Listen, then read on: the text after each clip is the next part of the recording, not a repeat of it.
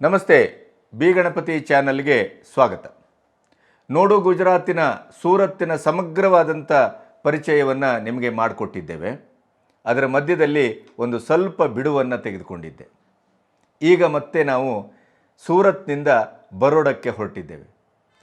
ಸೂರತ್ತು ಮತ್ತು ಬರೋಡದ ಮಧ್ಯೆ, ದಾರಿ ಮಧ್ಯೆ ನಿಮಗೆ ಕೆಲವು ಅನನ್ಯವಾದಂತಹ ಪರಿಸರವನ್ನು ಮತ್ತು ಅಲ್ಲಿಯ ಅಭಿವೃದ್ಧಿಶೀಲ ಕೆಲಸಗಳನ್ನು, ಹಾಗೆಯೇ ಬ್ರಿಟಿಷ್ ಕಾಲದ ಕೆಲವು ಅಪರೂಪದ ಒಂದು ಚಿತ್ರಗಳನ್ನು ಅಥವಾ ಸ್ಮಾರಕಗಳನ್ನು ಅಥವಾ ಆ ಕಾಲದ ಒಂದು ಕಟ್ಟೋಣವನ್ನು ನಿಮಗೆ ತೋರಿಸ್ತಾ ಹೋಗಬೇಕು ಅನ್ನೋದು ನನ್ನ ಆಸೆ. ನಾವು ಸೂರತ್ತನ್ನು ಬಿಟ್ಟಿದ್ದೇವೆ. ಸೂರತ್ತನ್ನು ಬಿಟ್ಟು ಹೊರಡುವಾಗ ನಮಗೆ ಪ್ರಥಮವಾಗಿ ನಮ್ಮನ್ನು ಸೆಳೆದದ್ದು ಅತ್ಯಂತ ಮನಮೋಹಕವಾದಂಥ ಪಂಡಿತ್ ದೀನದಯಾಳ್ ಉಪಾಧ್ಯಾಯ ಕೇಬಲ್ ಬ್ರಿಡ್ಜ್. ಈ ಬ್ರಿಡ್ಜು ಒಂದು ರೀತಿಯಲ್ಲಿ ಸೂರತ್ತನ್ನು ಬಿಡುವುದಕ್ಕೂ ಬರೋಡವನ್ನು ಸೇರುವುದಕ್ಕೂ ಮತ್ತು ಸೂರತ್ತಿನ ಹಳೆ ಮತ್ತು ಹೊಸ ಸೂರತ್ತಿನ ಇಡೀಯದಾದಂಥ ಒಂದು ಸ್ನೇಹ ಸೇತುವಾಗಿ ಈ ಬ್ರಿಡ್ಜು ಕಾಣುತ್ತೆ. ಇವತ್ತಿಗೂ ಬಹಳ ಸುಂದರವಾಗಿದೆ.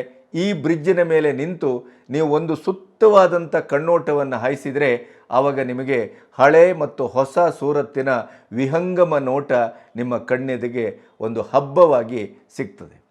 ಇದನ್ನು ದಾಟಿ ಹೋದಾಗ ನಿಮಗೆ ಸಿಗುವ ಊರು ಗೋಲ್ಪಾಡ್.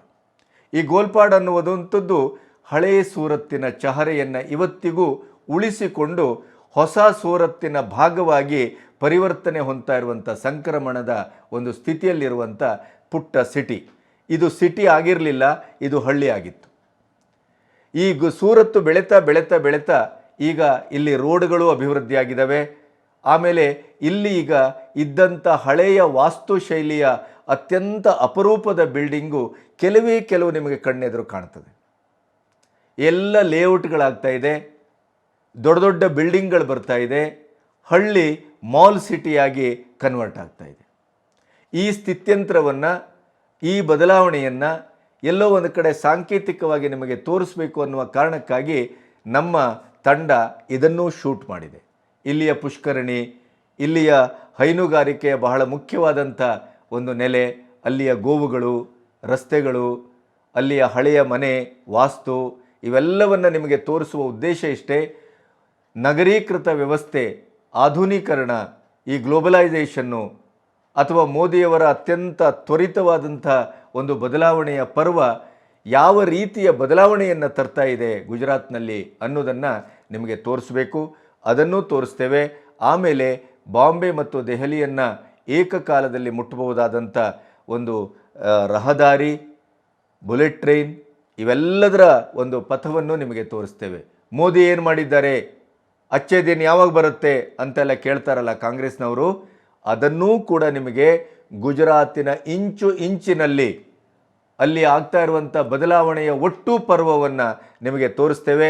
ಬನ್ನಿ, ಸೂರತ್ತಿನಿಂದ ಬರೋಡಕ್ಕೆ ಹೋಗ್ತಾ ಇದ್ದೇವೆ. ಆ ದಾರಿ ಮಧ್ಯದ ಕೆಲವು ಅನ್ಯಾದೃಶ್ಯವಾದಂಥ ಅನನ್ಯವಾದಂಥ ಸ್ಥಳಗಳನ್ನು, ಸ್ಮಾರಕಗಳನ್ನು ಮತ್ತು ಅಭಿವೃದ್ಧಿಯ ಒಟ್ಟು ಪಥವನ್ನು ನಿಮಗೆ ತೋರಿಸಲಿಕ್ಕೆ ನಾವು ಮುಂದಾಗಿದ್ದೇವೆ. ಬನ್ನಿ, ನಮ್ಮ ಪ್ರಯಾಣದೊಟ್ಟಿಗೆ ನೀವು ಇರ್ತೀರಿ, ನೀವು ಒಟ್ಟಿಗೆ ಪ್ರಯಾಣ ಮಾಡೋಣ. ನೋಡು ಗುಜರಾತಿನ ಮುಂದಿನ ಭಾಗಕ್ಕೆ ನಿಮಗೆ ಸ್ವಾಗತ.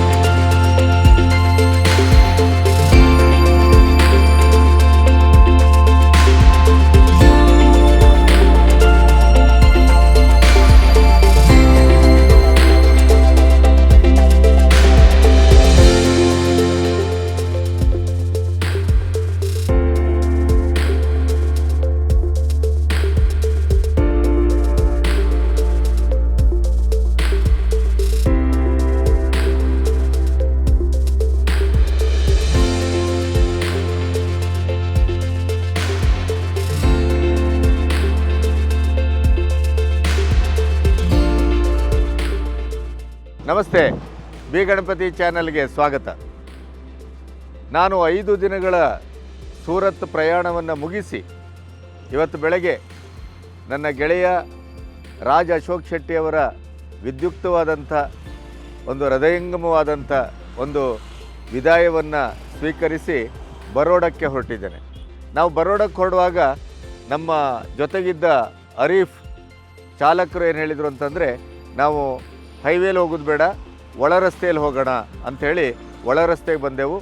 ಉಲ್ಪಾಡ್ ಮತ್ತು ಹಸೋಟಿ ಈ 2 ಪ್ರದೇಶಗಳನ್ನು ದಾಟಿ ಅಲ್ಲಿ ಒಂದಿಷ್ಟು ಪುರಾತನವಾದಂಥ ಮನೆಗಳನ್ನು, ಕೆರೆಗಳನ್ನು ಇವನ್ನೆಲ್ಲ ಒಂದು ಸಂದರ್ಶಿಸಿ ವಿಡಿಯೋ ಮಾಡಿಕೊಂಡು ಈಗ ನಾವು ಮುಂದುವರಿತಾ ಇದ್ದೇವೆ. ಈಗ ಅಂಕ್ಲೇಶ್ವರಕ್ಕೆ ಕೇವಲ 6 ಕಿಲೋಮೀಟ್ರ್ ಇದೆ. ಅಂಕ್ಲೇಶ್ವರ ಆದಮೇಲೆ ಭರೂಚ ಆದಮೇಲೆ ಬರೋಡ. ನಾವಿಲ್ಲಿ ಅಂಕ್ಲೇಶ್ವರ ಮತ್ತು ಹಸೋಟಿಯ ಮಧ್ಯೆ ಈ ಏನು ನೀವಲ್ಲಿ ಕಾಣ್ತಾ ಇದ್ದೀರಿ ಬ್ರಿಡ್ಜು, ಇದು ಬಾಂಬೆ ಟು ಡೆಲ್ಲಿ ಹೈವೇ, ಹೊಸ ಹೈವೇ, ಅಂದರೆ ನೇರವಾದ ಹೈವೇ. ಈವರೆಗಿನ ರಸ್ತೆ ಪ್ರಯಾಣಕ್ಕಿಂತ ಅತ್ಯಂತ ವೇಗದಲ್ಲಿ ಕ್ಷಿಪ್ರವಾಗಿ ನಾವು ಈ ಹೈವೇಯಲ್ಲಿ ಸಾಗ್ಬೋದು. ನಿಮಗೆ ನೆನಪಿದೆ ಅಂತ ಅಂದ್ಕೊಳ್ತೇನೆ, ನನ್ನ ವೀಡಿಯೋವನ್ನು ರೆಗ್ಯುಲರ್ ಆಗಿ ನೀವು ನೋಡ್ತಾ ಇದ್ದವರಿಗೆ, ನಾನು ಒಂದು ಸರಿ ಮೈಸೂರಿನ ಕಡೆನೋ ಹಾಸನ ಕಡೆನೋ ಎಲ್ಲೋ ಪ್ರಯಾಣ ಮಾಡ್ತಾ ಇರುವಾಗ ನಾನು ಕಾರಿನಲ್ಲೇ ನಿಮಗೆ ಒಂದು ವಿಡಿಯೋ ಮಾಡಿ ನಮ್ಮಲ್ಲಿ ಮೋದಿಯವರ ಸರ್ಕಾರ ಬಂದ ಮೇಲೆ ಹೈವೇಗಳು ಯಾವ ರೀತಿ ಆಗ್ತಾ ಇವೆ ಅನ್ನೋದ್ರ ಬಗ್ಗೆ ಮಾತಾಡ್ತಾ ಈ ದಾರಿ ಹೈವೇ ಬಗ್ಗೆ ನಾನು ಪ್ರಸ್ತಾಪ ಮಾಡಿದ್ದೆ. ಈ ಹೈವೇ ಅತ್ಯಂತ ಶೀಘ್ರದಲ್ಲಿ ಮತ್ತು ಅತ್ಯಂತ ವ್ಯವಸ್ಥಿತವಾಗಿ ಎಷ್ಟು ಬ್ಯೂಟಿಫುಲ್ ಆಗಿದೆ ನೋಡಿ. ನಮ್ಮ ಬಾಂಬೆ ಅಥವಾ ಡೆಲ್ಲಿ ಹೈವೇಯನ್ನು ನೀವು ಗಮನಿಸಿದರೆ, ಈ ಬಾಂಬೆ ಮತ್ತು ಡೆಲ್ಲಿ, ಅದೇ ಬೆಂಗಳೂರಿನ ಸುತ್ತಮುತ್ತ ಆಗ್ತಾ ಇರುವಂಥ ಓವರ್ ಬ್ರಿಡ್ಜ್ ಇರ್ಬೋದು, ಹೈವೇ ಇರ್ಬೋದು, ನೀವು ಗಮನಿಸಿರ್ಬೋದು, ಅಲ್ಲಿ ಮಳೆಗಾಲದ ನೀರು ಹೋಗಲಿಕ್ಕೆಲ್ಲ ಯಾವುದೇ ವ್ಯವಸ್ಥೆಗಳನ್ನು ಸುರಕ್ಷಿತವಾಗಿ ಮಾಡಿಲ್ಲ ಅಂತ ನಾವು ಭಾಳಷ್ಟು ಸಾರಿ ಮಾಧ್ಯಮಗಳಲ್ಲಿ ಮಾತಾಡಿದ್ದೇವೆ. ಆದರೆ ಇಲ್ಲಿ ನೋಡಿ, ಅದಕ್ಕೆಲ್ಲ ಪೈಪ್ಗಳನ್ನು ಹಾಕಿದ್ದಾರೆ, ಎಷ್ಟು ವ್ಯವಸ್ಥಿತವಾಗಿ ಮಾಡಿದ್ದಾರೆ. ಅಂದರೆ ಕೆಲಸವನ್ನು ಒಂದು ಸುರಕ್ಷಿತವಾಗಿ ಮಾಡೋದು ಕೂಡ ಬಹುಶಃ ಆಯಾಯ ಪರಿಸರದ, ಅಲ್ಲಿಯ ಜನನಾಯಕರ ಮತ್ತು ಜನರ ಒಂದು ಅಪೇಕ್ಷೆಯನ್ನು ಮತ್ತು ಒತ್ತಡವನ್ನು ಅಥವಾ ಪರಿಶೀಲನೆಯನ್ನು ಕೂಡ ಅವಲಂಬಿಸ್ತದೆ ಏನೋ ಅಂತ ನನಗೆ ಅನಿಸ್ತದೆ. ಭಾಳ ಸುರಕ್ಷಿತವಾದದ್ದು. ಇದರ ಜೊತೆಗೇ ಈಗ ಮತ್ತೊಂದು ಏನು ಅಂತಂದರೆ, ಡೆಲ್ಲಿ ಟು ಬಾಂಬೆಗೆ ಬುಲೆಟ್ ಟ್ರೈನಿನ ಒಂದು ಪಥ ಕೂಡ ಅಷ್ಟೇ ಶೀಘ್ರದಲ್ಲಿ ಆಗ್ತಾ ಇದೆ. ಅಂದರೆ ಭಾರತ ಹೇಗೆ ಬದಲಾಗ್ತಾ ಇದೆ, ಭಾರತ ಹೇಗೆ ಒಂದು ಸಂಪರ್ಕಕ್ಕೆ ಸಾಧನವಾಗಿ ಸಲ್ಲುವ ಮಾಧ್ಯಮವನ್ನು, ರಹದಾರಿಗಳನ್ನು ಯಾವ್ಯಾವ ರೀತಿಯಲ್ಲಿ ಅದು ಜೋಡಿಸ್ತಾ ಇದೆ ಅನ್ನೋದಕ್ಕೆ ಇದು ಸಾಕ್ಷಿ ಅಂತ ನಾನು ಭಾವಿಸ್ತೇನೆ. ಬನ್ನಿ, ನಾವು ಮುಂದಿನ ಪ್ರಯಾಣ ಬರೋಡ.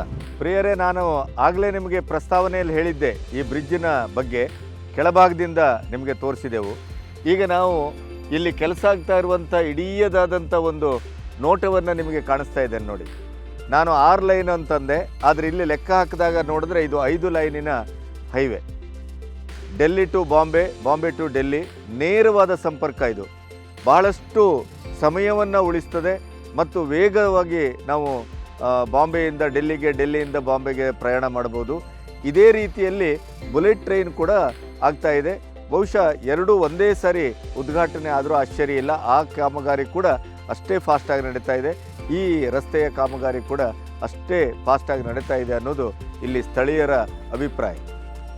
ಅದರ ಜೊತೆಗೆ ನಾನು ಹೇಳಿದಾಗೆ ಬದಲಾಗ್ತಾ ಇರುವಂಥ ಭಾರತದ ಒಂದು ಇಡೀದಾದಂಥ ಒಂದು ಸ್ವರೂಪದ ಒಂದು ನೀಲನಕ್ಷೆ ಇದು ಅಂತ ನಾನು ಭಾವಿಸ್ತೇನೆ.